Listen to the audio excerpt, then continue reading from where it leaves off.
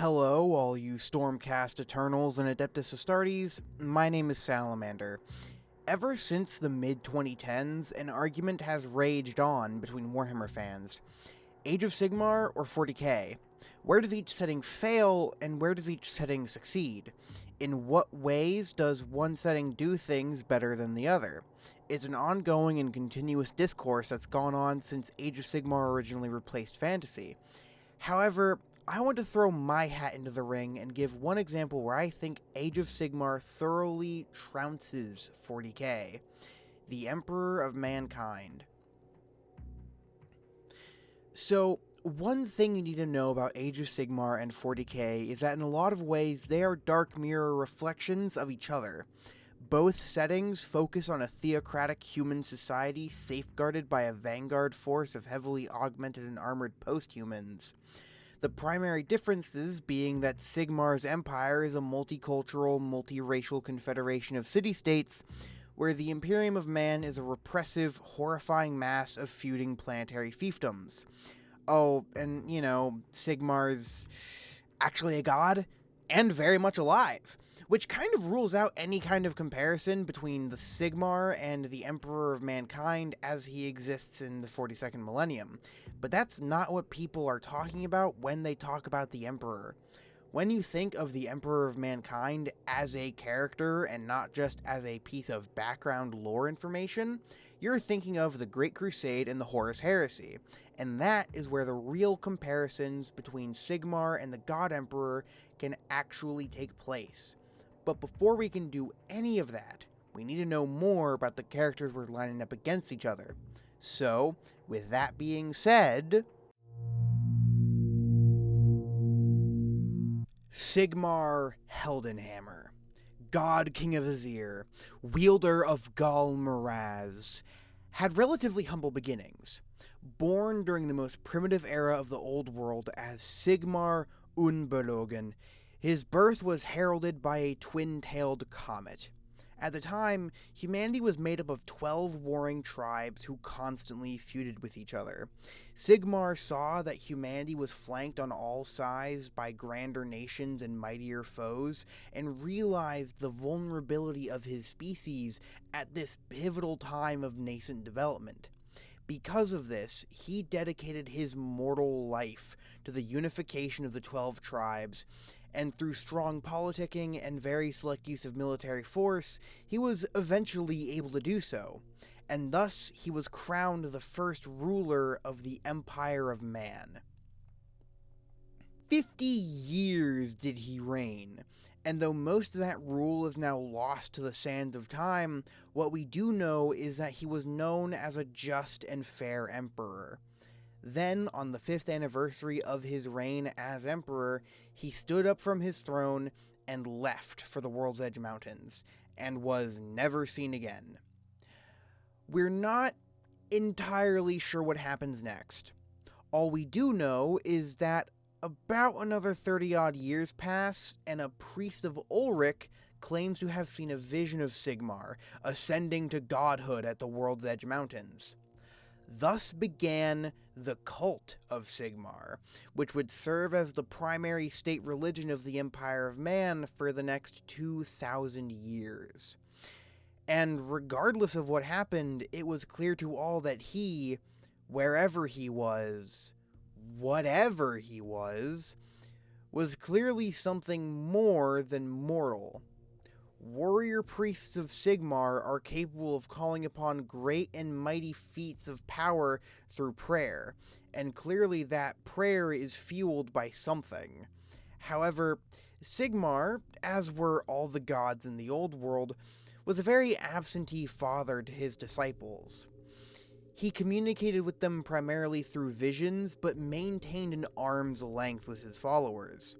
That was until the old world collapsed and Sigmar was sent careening through the void. Sigmar then found the mortal realms, built a kingdom in Azir, and then waited while he made armies of his hyper-elite super soldiers, the Stormcast Eternals. When Sigmar was ready, he threw the gates of Azir open and outcharged his army to conquer the mortal realms in his name. ending the Age of Chaos and beginning the Age of Sigmar. If you know anything about 40k, this will all sound very familiar to you. As you're about to see, the events from the End Times to the beginning of the Age of Sigmar are very, very similar to the Age of Strife and Great Crusade. In fact, kind of shockingly so. Most details about the early life of the Emperor is essentially gone. There's a ton of theories about what he is, or I suppose what he was, but all agree on one thing. He's roughly as old as humanity is, and has been guiding mankind from the shadows for millennia before he ever made his true nature known to us.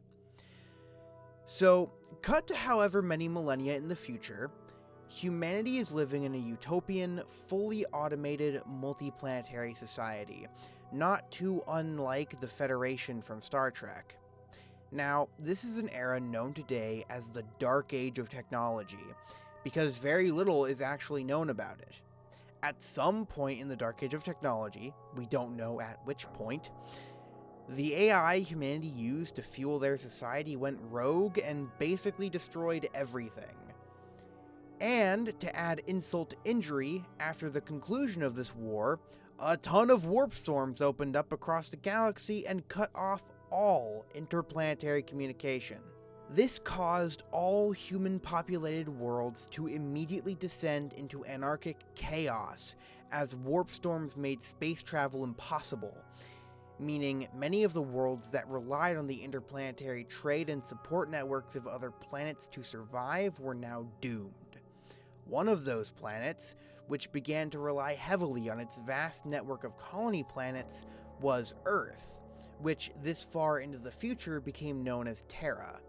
Terra, for the next thousands of years, became a brutal and uncaring wasteland ruled by cybernetic warlords called techno-barbarians. One of these warlords, who only went by the name the Emperor, had a plan. He wanted a lot of things, actually, and immediately we're gonna have to get into a problem I have with the Emperor as a character. That being that I wrote 3 different versions of the summary I'm about to give on the Unification Wars and the Great Crusade. The issue is that the Emperor is a character who's been written by countless authors over decades, and it's made his characterization super inexplicable. If you lay out everything he does, you need to do so much explaining to figure out how everything works into one another, and cross so many wires, that usually somewhere along the road, you'll find an inexplicable contradiction that you can't figure out. Like, one draft of the synopsis focused heavily on his hatred of religion, and his desire to create a secular empire under what he called the Imperial Truth. Except, he also uses a ton of religious imagery everywhere. He calls his wars crusades. He wears a halo. He dresses and acts like a god. He wears a f***ing halo. Okay, so then we write a draft of the synopsis that focuses on his hatred of Xenos. His desire to see a galaxy conquered and tamed by mankind, as he tries to lead humanity into its own interstellar manifest destiny. But several times throughout the Horus Heresy novel series, it kind of seems like his hatred of Xenos is more just a means to an end. He wants to get the aliens out of the way of whatever he's planning, rather than harboring any distinct hatred towards them. And you see the problem? The Emperor is a result of 36 years of rewrites, retcons, and differing interpretations by entirely different authors who, at no point in that 36-year process, ever even once communicated with each other. And every time this happens or gets called out, GW uses the same lame excuse that it's all part of some grand strategy that he's been planning since the dawn of humanity. Like, no it isn't, you just never thought to write down a list of consistent traits for this guy. This leaves a bulk of the actual writing to the fans, who have to constantly theorize about what the Emperor actually is, what the Emperor actually does, and what he's actually planning. And it's not like GW actually made a compelling mystery, they just refused to elaborate on why the central focus of their entire setting does anything. So, here's my plot synopsis on the events of the Unification Wars, Great Crusade, and Horus Heresy, with as little contradicting information or theorizing as possible.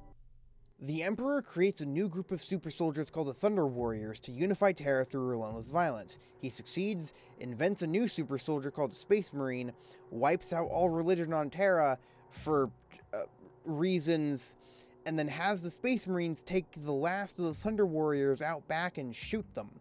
Then, the Emperor takes to the stars on a great crusade to rid the galaxy of Xenos in order to give Lebensraum to the people of the burgeoning Imperium.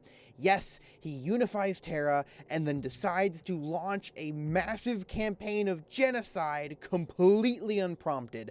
Anyway, while doing this, he picks up his 18 sons that got stolen from him by the Chaos Gods. Those 18 sons are also genetically engineered super soldiers who are kind of like daddy Space Marines. These two are the most daddy, though. Then, midway through his genocide campaign, he puts his 16th son, Horus, in charge of everything, and then leaves to go work on a secret project back on Terra. Everyone, reasonably, goes, "What exactly does this project entail, and when will you be back?" And he yells out, "I cannot tell you. I just do not trust you." Never have I felt more doubt in my heart. Sorry, can't hear you. Empire to micromet and space drugs to do. Needless to say, this ruffles some feathers, and about half of his sons, including Horus, feel betrayed enough to want to do something about it. Thus, the Horus Heresy.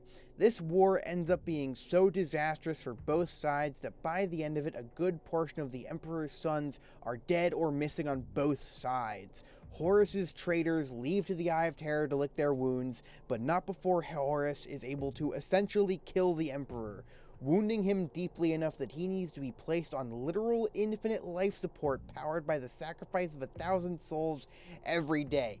So, to recap, Guy conquers Terra, tries to conquer space, fails, refuses to elaborate, f***ing dies. When you remove all the finger-wavy, "ooh, what does it all mean" nonsense, you're just left with this. A fairly empty, nothing character, with inconsistent characterization and motivation. But you can also very clearly see some parallels between the God Emperor and the God King, right? Both are characters trying to carve out a new empire in the wake of a cataclysmic disaster. Both have to contend with constant fighting, both within their new empire and without. And both find themselves in the position of being a god worshipped by humanity, where their primary antagonists are other humans that worship opposing gods. So, with all the similarities, what's the difference? Why does Sigmar work, but the Emperor of Mankind doesn't? Well, that comes down to the difference between narrative and setting.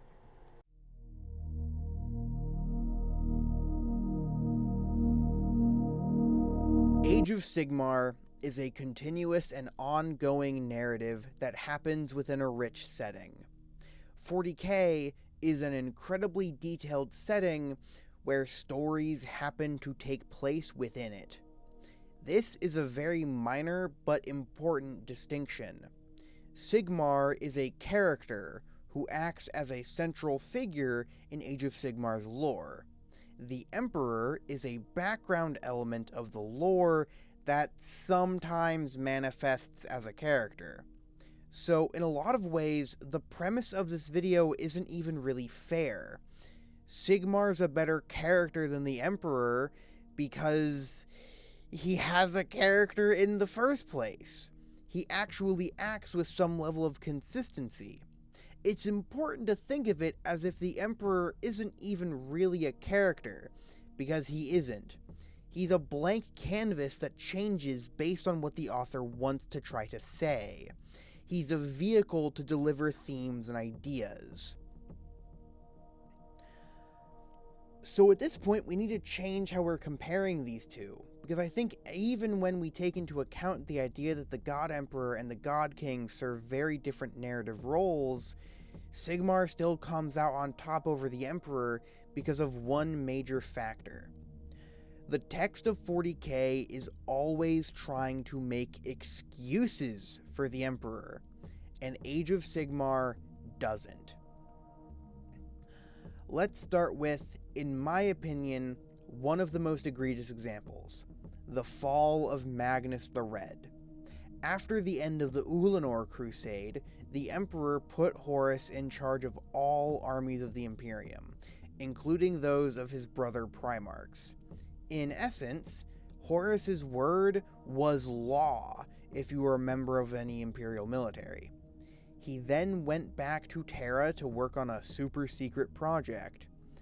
This project was an expansion of the Webway Gates which would allow humanity to travel the stars without using the warp. Magnus, back on his homeworld of Prospero, saw a vision of the Horus heresy that was soon to erupt and wanted to warn the Emperor of Horus's now inevitable betrayal. So, what did he do?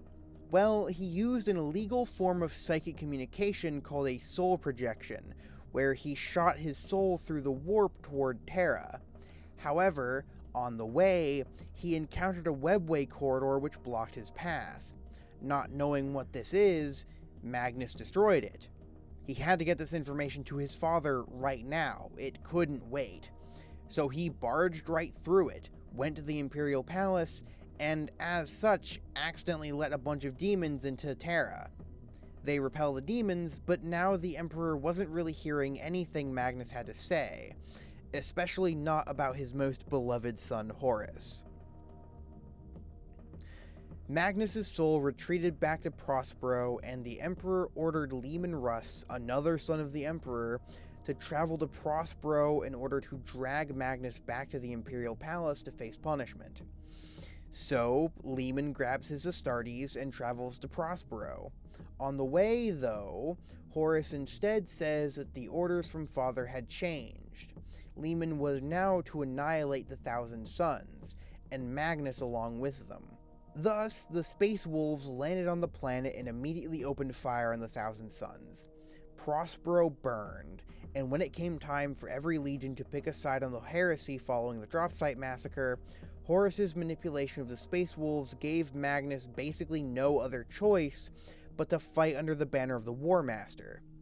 Now, note how none of that would have happened if the Emperor just told his sons why he had to go back to Terra. So why didn't he? Well, obviously because he just simply cannot trust his sons with that kind of information. Why can't he? He just can't. He has a bird's eye view on every conflict garnered from dozens of millennia of continued existence. His reasoning is clearly just beyond reproach. He can't begin to even explain it to his own sons, because explaining his vast strategies and plans would require explaining the fate and true nature of the entire universe, and blah, blah, blah, blah, blah. Get real. The narrative of 40k is so queasy at the idea of directly stating that the Emperor is bad that they can't even be direct about why he inevitably failed in his quest for galactic domination. They have to cake up every mistake he makes in several layers of, but what if it was his plan all along? Ooh!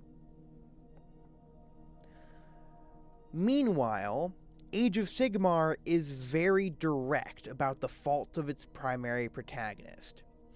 Sigmar's a big dummy. His Stormcast Eternals eventually lose their humanity completely after several times being reforged, and the reason why is that he's just shit and bad at resurrecting souls from the dead. He's a god of war, not a god of magic, and that manifests in him being kind of a high-minded, idealistic himbo who's dumb enough to let Marathi hang around even after she's already betrayed him 100 times over.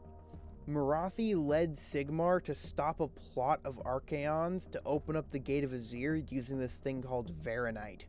Then, instead of destroying the Varanite, Marathi kills the Stormcast she was working with, takes the Varanite for herself, nopes off, leaving all the rest of the Stormcast to die fighting the Warriors of Chaos, and then randomly hops over to Anvilgard, kills all of its leaders, annexes it, and renames it Har Karan.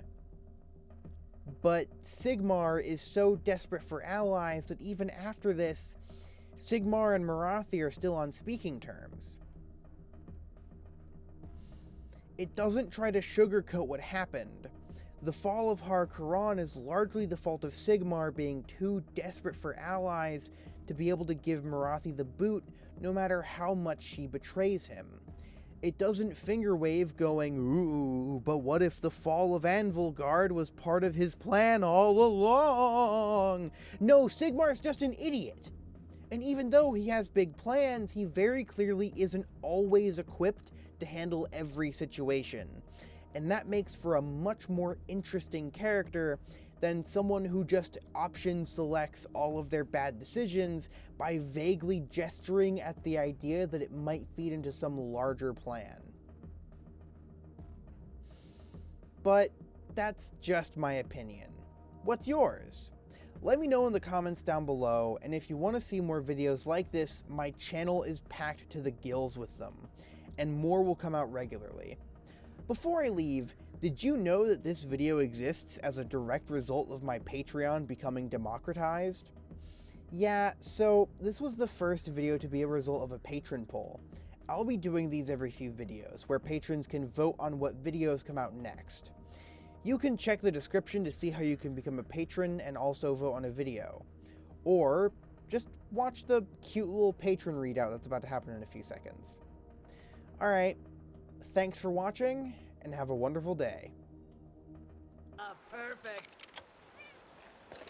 Time to cook.